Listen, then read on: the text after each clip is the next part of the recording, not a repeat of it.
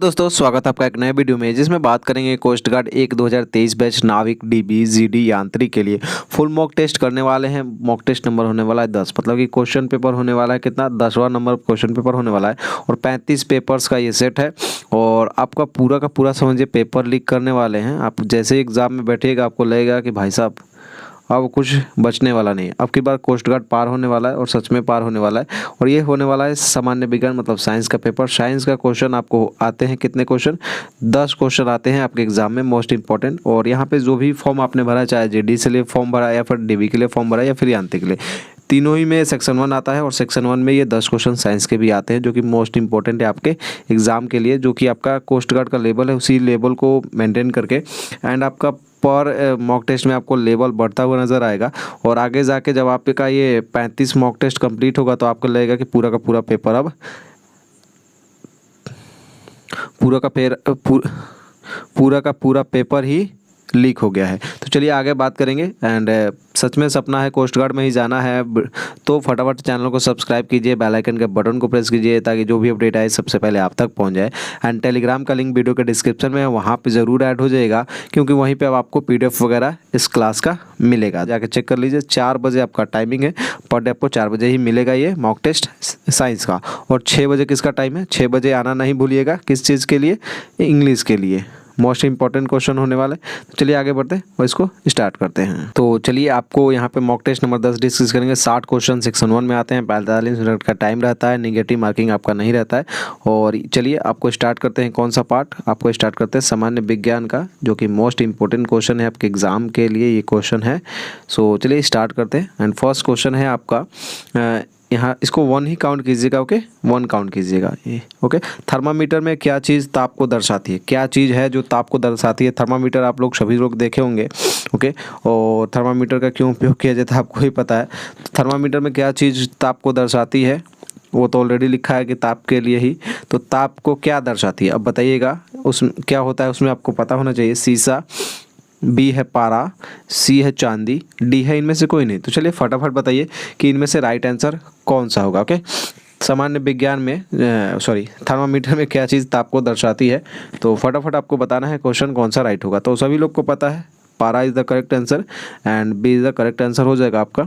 चलेंगे question number 2 पे। Question number 2 है आपका, क्वेश्चन नंबर 2 है इनमें से कौन सा विद्युत का उत्पादक है। विद्युत का उत्पादक है, राइट, ध्यान देना है। विद्युत का चालक नहीं है, विद्युत का उत्पादक है। ऑप्शन ए है जनरेटर, बी है गैल्वेनोमीटर, ऑप्शन सी है एमीटर और डी है इसमें से कोई नहीं। तो क्या होगा राइट आंसर आपको बताना होगा। विद्युत का उत्पादक कौन सा है, जनरेटर है, गैल्वेनोमीटर है, एमीटर है, इनमें से कोई नहीं है। तो ये क्वेश्चन तो मेरे ख्याल से सभी को आना चाहिए, राइट, क्योंकि इंपॉर्टेंट है और इजी भी क्वेश्चन है। आपको पता होगा आपने कभी भी कोई भी आप फंक्शन वगैरह करते हैं तो लाइट के भरोसे तो बैठते नहीं हैं कि लाइट रहेगा तो जनरेटर जरूर कर लेते हैं कि जनरेटर रहेगा, या डीजी बोलिए जनरेटर बोलिए। तो यहाँ पे generator is the correct answer हो जाएगा जो कि ऑप्शन ए आपका सही है। ओके चलेंगे क्वेश्चन नंबर 3 पे। एंड क्वेश्चन नंबर 3 में क्या दिया है वो भी देख लेते हैं। पहला भारतीय जियो स्टेशनरी सैटेलाइट क्या है। ओके क्वेश्चन नंबर 3 है, नोट कर लीजिए।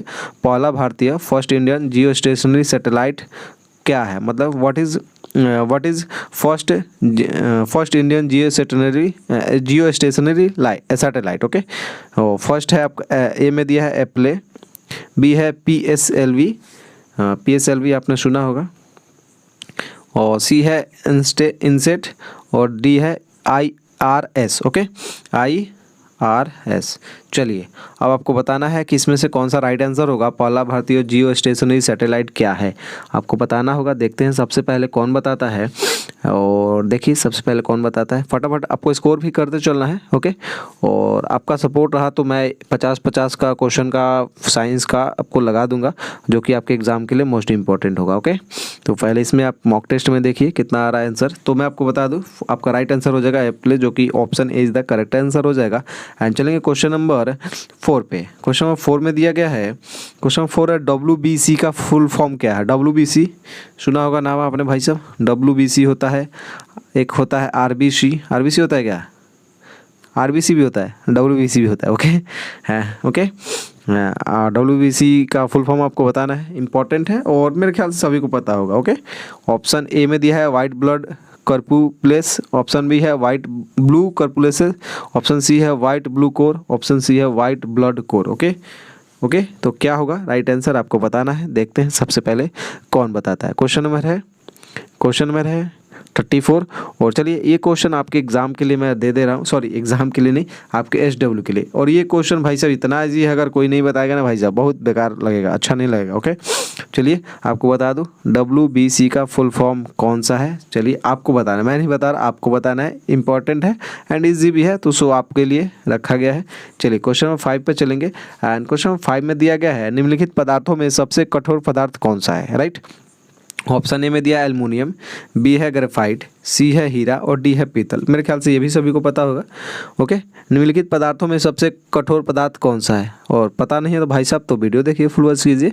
100% आपको हो सकता है ये नहीं, एग्जाम में सभी एग्जाम में आपको क्या होता है, आपको एग्जाम में सारे क्वेश्चन हार्ड नहीं मिलते हैं। मिलता क्या है, सबसे ज़्यादा प्रॉब्लम होता है टाइम मैनेज करना, क्योंकि 45 मिनट में 60 क्वेश्चन कर देना और उसमें 20 क्वेश्चन आपके मैथ्स के हैं। सबसे ज़्यादा इंपॉर्टेंट चीज़ है कि 20 क्वेश्चन आपके मैथ्स के रहेंगे, यही आपको परेशान करेंगे। इसमें सब साइंस में, जीके में, इंग्लिश में आपको टाइम नहीं लगेगा, सबसे ज़्यादा टाइम लगेगा मैथ में। 20 क्वेश्चन है जो कि, और यही आपका जिसका ये काम कर गया वही आपका बल्ले बल्ले। ओके, तो एल्युमिनियम, ग्रेफाइट, हीरा, पीतल, कौन सा करेक्ट आंसर होगा बताइए फटाफट। चलिए मैं ही बता देता हूँ इसका राइट आंसर क्या हो जाएगा, आपको भी पता होना चाहिए। Heera is the correct answer. Okay, तो सबसे कठोर पदार्थ कौन सा है, हीरा है, जो कि ऑप्शन सी आपका दिखाई दे रहा है। चलिए अब बात करेंगे क्वेश्चन नंबर 6 पे एंड क्वेश्चन नंबर 6 है पेंसिलिन की खोज किसने की। पेंसिलिन जो है उसकी खोज किसने की। ऑप्शन ए है लॉरेंस ने, बी है रोनाल्ड, सी है फ्लेमिंग और डी है इनमें से कोई नहीं। तो किसने पेंसिलिन की खोज की है वो आपको बताना है। 6 नंबर क्वेश्चन है, तो राइट आंसर क्या होगा आपको बताइए। सबसे पहले देखते हैं कौन बताता है क्वेश्चन नंबर 6 का आंसर। ओके, तो पेंसिलिन मैं बता दूँ आ भी रहा है, अच्छा आंसर भी आ रहा है, बहुत सारे बच्चों का आ भी रहा है, बट मैं बता दूँ आपको पेंसिलिन की खोज किसने की है, वो है फ्लेमिंग ने, जो कि ऑप्शन सी आपका राइट आंसर हो जाएगा। चलेंगे क्वेश्चन नंबर 7 पे। राइट, क्वेश्चन नंबर चलेंगे 7 पे। क्वेश्चन नंबर 7 है आपका शरीर का कौन सा अंग पोलियो से प्रभावित होता है। कौन सा अंग पोलियो से प्रभावित होता है। ऑप्शन ए है नेत्र, बी है आपका तांत्रिका तंत्र, सी है आपका त्वचा और डी है नाखून। तो कौन सा राइट आंसर होगा आपको बताना होगा। शरीर का कौन सा अंग पोलियो से प्रभावित होता है। नेत्र, तंत्रिका तंत्र, त्वचा, नाखून। ओके, तो पोलियो आपको पता होना चाहिए। चलिए बताइए कौन बताता है, और इम्पॉर्टेंट क्वेश्चन है आपके एग्ज़ाम के रिगार्डिंग, एग्ज़ाम के लिए। तो क्वेश्चन नंबर 7 और 7 का आंसर जो हो जाएगा आपको पता होना चाहिए। क्वेश्चन का आंसर तंत्रिका तंत्र इज़ द राइट आंसर हो जाएगा, जो कि ऑप्शन बी में आपको दिखाई दे रहा है। एंड चलेंगे क्वेश्चन नंबर 8 पे। क्वेश्चन नंबर 8 आपका दिया गया है, क्वेश्चन नंबर 8 में दिया गया है, आप नोट करिए। क्वेश्चन नंबर 8 दिया है पौधों और जीवों में सबसे मुख्य अंतर है। एक मुख्य अंतर क्या है पौधों और जीवों में, प्लांट समझ लीजिए, जीवों में क्या अंतर है आपको बताना है। एनिमल्स वगैरह जो भी आप समझना है समझ लीजिए। वंश वृद्धि क्या है, वंश वृद्धि जो है कि मुख्य अंतर है, एक डिफरेंस है। ओके, चलना फिरना या पाचना, श्वास। चलिए बताइए राइट आंसर क्या होगा क्वेश्चन नंबर 8 का। तो पौधों और जीवों में सबसे एक मुख्य अंतर देखा जाए, वंश वृद्धि तो ठीक ही है, पाचना ठीक है, श्वास ठीक है। एक ही चीज़ यहाँ पे जो डिफरेंस अंतर कर रहा है वो है चलना फिरना, क्योंकि पेड़ पौधे चलते नहीं और जीव जंतु जो है वो चलते हैं। तो इजी क्वेश्चन है, थोड़ा सा माइंड यूज़ करना था, and option B is the correct answer. Okay, चलेंगे क्वेश्चन नंबर 39 पे। एंड क्वेश्चन नंबर 39 में दिया गया है, क्वेश्चन नंबर 39 है वायु में नाइट्रोजन गैस की मात्रा कितनी है आपको बताना है। पिछले मॉक टेस्ट में आपको शायद ऑक्सीजन का पूछा गया था, जो कि कितना है आपको बताना है। ऑक्सीजन की मात्रा शायद पूछा गया था, राइट, ऑक्सीजन पूछा गया नहीं, जल की मात्रा पूछा गया था। तो शरीर में जल की मात्रा। ओके, ये वायु में नाइट्रोजन गैस की मात्रा, चलिए बताइए कितना होगा।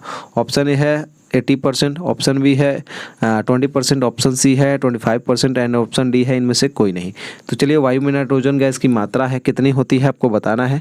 क्वेश्चन नंबर 9 का राइट आंसर क्या होगा, चलिए देखते हैं। क्वेश्चन नंबर 9, क्वेश्चन नंबर 9 चलिए सबसे पहले कौन बताता है, तो मैं आपको बता दूं। क्वेश्चन नंबर 9 वायु में नाइट्रोजन गैस की मात्रा है, कितनी मात्रा है आपको बताना है। कितनी मात्रा है भाई साहब, क्या होगा बताइए। चलिए बताइए कितनी है नाइट्रोजन की मात्रा। 80%, 20%, 25%, इनमें से कुछ नहीं। तो देखते हैं कौन बताता है भाई साहब राइट आंसर। चलिए ये क्वेश्चन भी आपके एग्ज़ाम के लिए इम्पॉर्टेंट है, नोट करिए। और इसको देखते हैं कौन बताता है। ओके, ये इसका राइट आंसर क्या होगा, बताता है कौन, देखते हैं। मैं ही बता दूं क्या? और बहुत सारे बच्चे इसमें 80% भी टिक करेंगे, बट 80% कहना सही नहीं होगा, 80% आपका रॉन्ग आंसर हो जाएगा। इसमें D is the correct answer होगा, क्योंकि आपका जो नाइट्रोजन की मात्रा मैं यहाँ पे बता दूं, जो नाइट्रोजन की मात्रा होती है वो कितनी होती है, 78.08% आप लिख सकते हैं। ये आपका नाइट्रोजन की मात्रा है, राइट। अगर ऑप्शन में क्या रहता, ऑप्शन में आपका यहाँ पे ऑप्शन में 79 रहता तो ये आपका सही हो जाता। ओके, 79 रहता ये तो ये सही हो जाता। अगर मान लीजिए यहीं पे 78% आपका अगर रहता तो यहाँ पे भी 78 सही हो जाता, आपका 80 गलती होता। अगर यहाँ पे 82 अगर रहता ना ऑप्शन में, तो 80 इज़ द करेक्ट आंसर होता, राइट। 82 यहाँ पे रहता, डी के जगह पे 82 रहता, तो 80 आपका आंसर राइट हो जाता। ओके, तो बट यहाँ पे आपका जो एग्जैक्ट है वो 78.08% है नाइट्रोजन की मात्रा। अगर ऑक्सीजन की मात्रा देखा जाए तो ऑक्सीजन की मात्रा कितनी है, देख बताइए तो कौन बताएगा। ऑक्सीजन की मात्रा वायुमंडल में, ऑक्सीजन की मात्रा कितनी है वायुमंडल में, बताइए तो यहाँ पे आप 20 टिक कर सकते हैं, 20% सही है।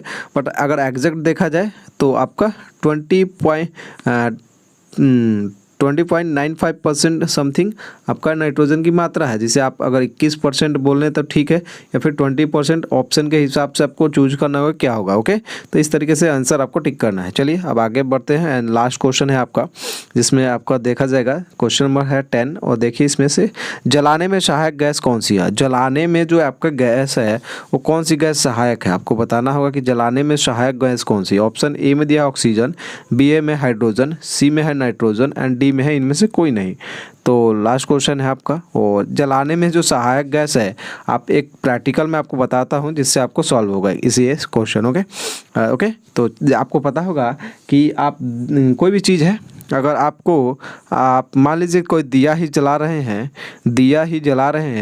दिया को आप खुले जब दिया है उसको जला लीजिए, उसके बाद एक ऐसे ढक्कने से तोप दीजिए इसके कारण उसमें वायु प्रवेश ही ना कर पाए, वो दिया अपने आप बुझ जाएगा, राइट। ही बुझ जाएगा, क्यों बुझ जाएगा, क्योंकि वहाँ पे ऑक्सीजन पहुँचेगा नहीं। तो oxygen is the right answer हो जाएगा, क्योंकि ऑक्सीजन पहुँचेगा तभी आपका, तो ये ऑक्सीजन पहुंचेगा तभी आपका दिया जलेगा। और उसे तोप दीजिएगा बढ़िया से, जिसमें ऑक्सीजन ही ना जा पाए, वायु ही ना जा पाए, तो आपका वो बंद हो जाएगा, मतलब क्या हो जाएगा, बुझ जाएगा दिया।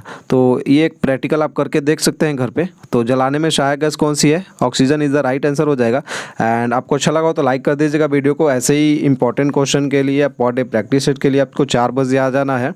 अगर आपका सपना है कोस्ट गार्ड में जाना, 4 बजे साइंस का एंड 6 बजे आना ना भूलिएगा। किस चीज़ का, इंग्लिश का मॉक टेस्ट है, फुल मॉक टेस्ट करेंगे। ओके, तो वीडियो को लाइक कर दीजिए, शेयर कर दीजिए। सपना है कोस्ट गार्ड में ही जाना है तो फटाफट चैनल को सब्सक्राइब कीजिए, बेल आइकन के बटन को प्रेस कीजिए, ताकि जो भी अपडेट आए सबसे पहले आप तक पहुंच जाए। तो चलो दोस्तों, जय हिंद, जय भारत, वंदे मातरम। इसका PDF कहाँ मिलेगा, तो टेलीग्राम पे ज्वाइन हो जाइए, वहाँ पे PDF आपको मिल जाएगा। डिस्क्रिप्शन में लिंक दे रखा है। कोई भी क्वेश्चन हो, क्वेरी हो तो कॉमेंट सेक्शन में आस्क कर लीजिएगा, 100% डाउट क्लियर हो जाएगा।